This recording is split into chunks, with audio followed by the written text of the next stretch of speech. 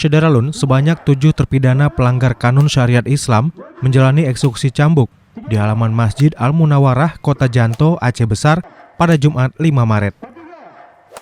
3 diantaranya adalah seorang perempuan yang dihukum 25 kali cambuk dan 2 orang lainnya dihukum sebanyak 100 kali cambuk. Ketiganya dinyatakan terbukti melakukan zina dan ikhtilat atau berdua-duaan di tempat sepi. Eksekusi tersebut dilaksanakan usai sholat Jumat dan disaksikan oleh sejumlah warga Kabupaten Aceh Besar. Di akhir pelaksanaannya, hujan deras mengguyur area eksekusi cambuk hingga membuat atap panggung bocor. Meski demikian, eksekusi cambuk tetap dilaksanakan hingga usai.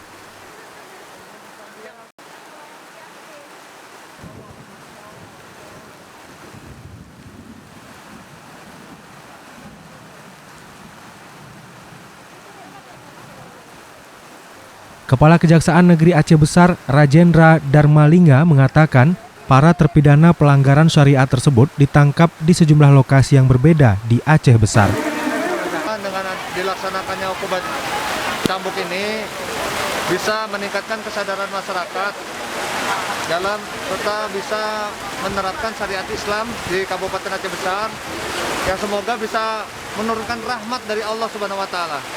Soal background sendiri Pak dari kasus yang mereka ini. Seperti apa Pak?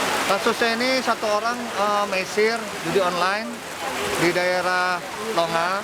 Terus yang 2 orang lagi itilat itu di daerah Baitul Salam. Yang 4 orang terpidana itu melakukan zina di daerah Darul Imarah. Dari Aceh Besar, Henry, Serambi On TV.